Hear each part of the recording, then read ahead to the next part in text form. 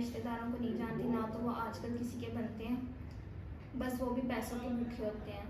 तो इसलिए मेरी दोस्त बहुत अच्छी थी, मैं उसके पास आई हूँ।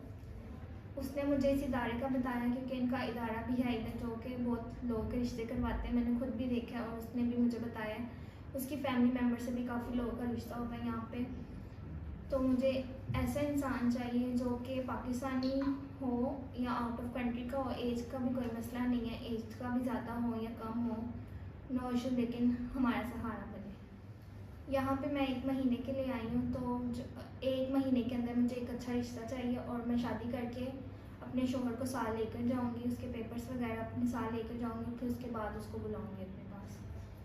जो भी शादी करने में इंटरेस्टिंग है वो वीडियो के नीचे दिए हुए नंबर पर रब्ता करें।